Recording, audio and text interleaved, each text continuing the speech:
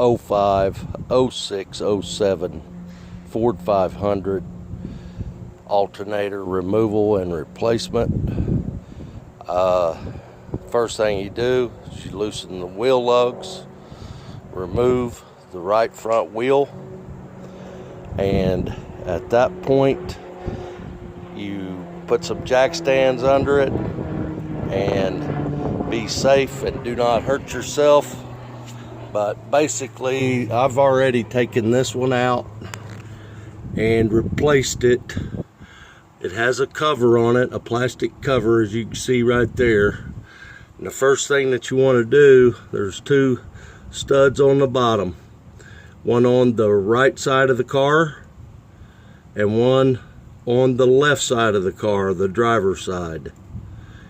And you loosen the nut on the right side and you remove it, and you remove the nut at the top of the alternator. There's a total of 3.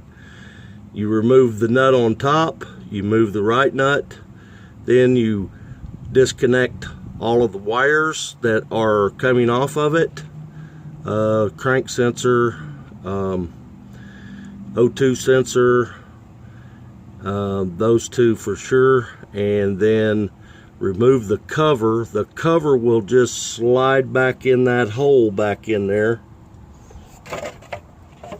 like that. It'll go back there and get out of the way.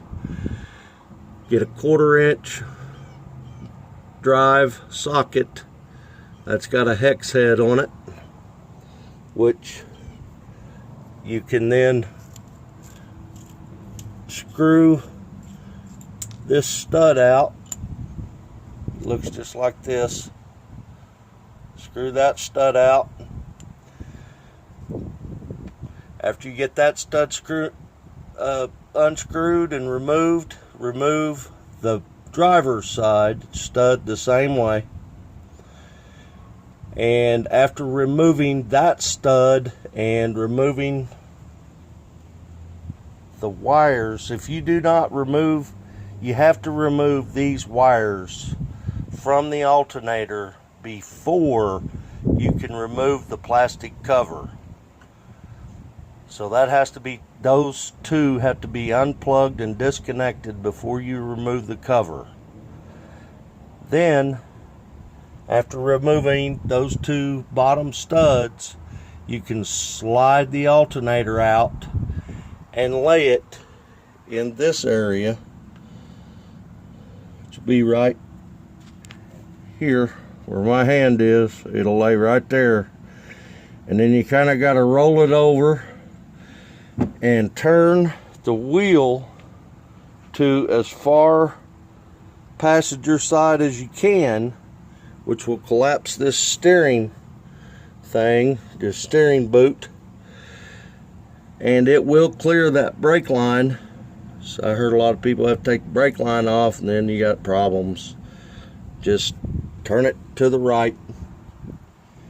And I have another alternator here that I just removed, and basically it goes in like that.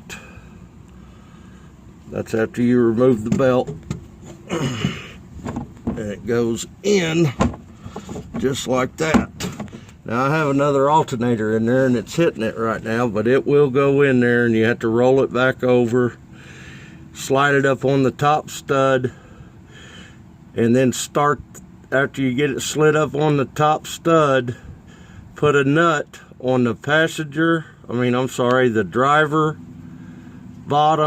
the driver bottom nut will hold it in place while you secure the plastic back on and the wiring and all that. Get that all put back together, you're good to go. Now, if you didn't understand this video, you probably don't need to be trying to do this, because you're going to be laying right underneath this right here, and if you don't have it properly supported, you will get crushed. So don't do it. first thing I did was disconnect the positive battery cable. Then I put a belt tool. It's a 3/8 ratchet style square that goes in there, and then I pushed it back and I tied it off with that wire right there. I did have to reposition the purge valve right there. It actually slid on this little black thing. It just slides off, and you may have to unplug it, whatever. I didn't, but to each his own.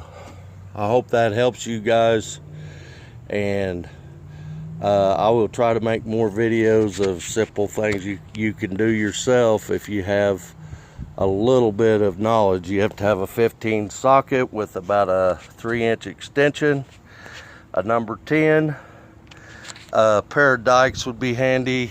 It's a little dust boot. It was rotted. I broke it. No big deal. I'll put it back on with some tape. It'll be good enough. That's it. Thank you. Bye.